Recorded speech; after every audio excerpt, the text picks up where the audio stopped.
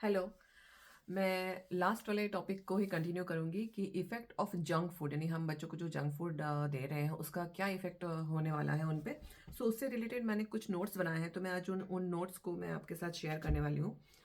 और मैं सबसे पहले हम ये देखेंगे कि जंक फूड खाने से बच्चों को क्या-क्या प्रॉब्लम्स हो सकती हैं। तो सबसे पहले उसमें है कि ऑब्वियसली डाइजेस्टिव इश्यूज़, बिकॉज़ जो जंक फूड होते हैं उनमें जो है फाइबर्स नहीं होते। सो फाइबर तो हमारे लिए बहुत इम्पोर्टेंट है। अगर फाइबर नहीं है तो आपको 100% डाइजेशन में इश्यू आना ही है। तो ये चाहे छोटे बच्चे हों या बड़े बच्चे हों, उनमें उनमें या एडल्ट्स हों, फॉर दैट मैटर, सब में होने वाला है प्रॉब्लम। एंड उसकी और दूसरा हम और देखेंगे तो उसमें ऐसा पाया गया कि डेंटल इश्यूज़, बिकॉज़ शुगर ज़्यादा होती है जंक फूड में, तो डेंटल इश्यूज़ यानी आपके दाँत खराब होने के चांसेस रहते हैं छोटे बच्चों में। और risk of developing high blood pressure, यानी हाई ब्लड प्रेशर हो सकता है बिकॉज़ उसमें सॉल्ट भी ज़्यादा होता है और दूसरे भी अनहेल्दी सब एडिटिव्स होते हैं जो हमारे ब्लड प्रेशर के लिए ठीक नहीं होते। उसकी वजह से हो सकती है उनको हार्ट डिज़ीज़। अब सोचिए, छोटे बच्चों को तो मैं सुन के भी बहुत अनकंफर्टेबल लग रहा है। और उनके जो चांसेस बढ़ जाते हैं होने के, type 2 diabetes, kidney disease, metabolic disease, क्योंकि मेटाबॉलिज़्म ढंग से नहीं होगा, डाइजेशन अगर ढंग से नहीं होगा तो, और ओबेसिटी और फटीग। ये इतने प्रॉब्लम्स हो सकते हैं बच्चों को जंक फूड खाने के लिए। अब मैं कुछ और स्टडीज़ यहाँ पे मैं लूँगी। ऐसा है कि और ये आपको एक्चुअली जान के बहुत ज़्यादा आश्चर्य होगा कि जंक फूड का जो असर है वो सिर्फ़ बॉडी तक नहीं रहता, ऑब्वियसली माइंड और बॉडी कनेक्टेड है। तो अगर बॉडी में कुछ असर होगा तो माइंड पे भी असर होने वाला है, यानी माइंड को ऐसा है कि they they can get depression. Depression हो सकता है, ईक्यू यानी इमोशनल क्वोशंट लो हो सकता है, आईक्यू भी लो जा सकता है। और तीसरा है कि junk food leads to swelling. Swelling आपके ब्रेन के उस पार्ट में स्वेलिंग हो सकती है जिसका मेजर रोल है मेमोरी में। आप सोचिए, बच्चों को जो पढ़ाई करनी है, अब जंक फूड खा रहे हैं तो अगर मेमोरी वाला ही पोर्शन नहीं काम करेगा तो कितना खतरनाक हो सकता है।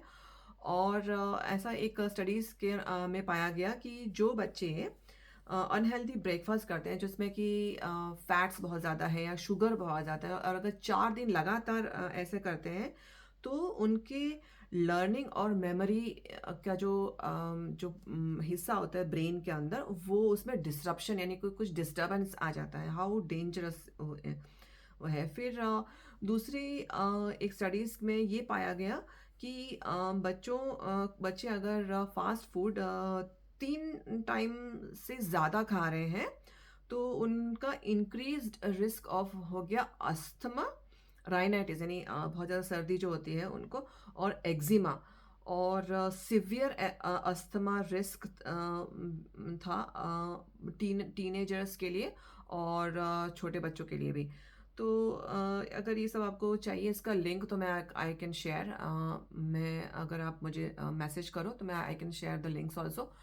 अब हमने ये देख ही लिया है कि ये जो जंक फूड है वो कितने खतरनाक हैं, और हमें प्लीज़ अपने बच्चों को इन सब से दूर रखना है।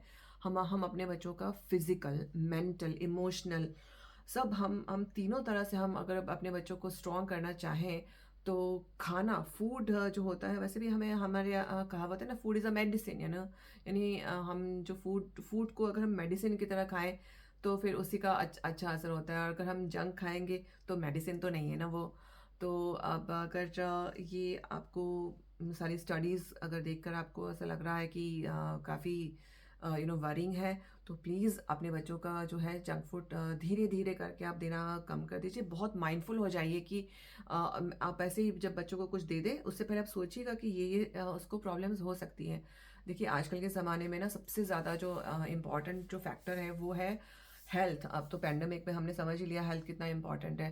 तो खाना ही तो मेन है ना, स्पेशली ग्रोइंग बच्चे के लिए, है ना, बच्चों को तो अभी ग्रो भी करना है। तो अब थोड़ा ध्यान से हम बच्चों को देंगे, और बस आज के लिए इतना ही। और until next time just keep thinking about this before आप बच्चों को कुछ खाना दें। आप सोचिए कि ये खाना बच्चों को फ़ायदा करने वाला है, नुकसान करने वाला है। बस आज के लिए इतना ही, और until next time, be mindful and happy eating and happy parenting. Bye bye.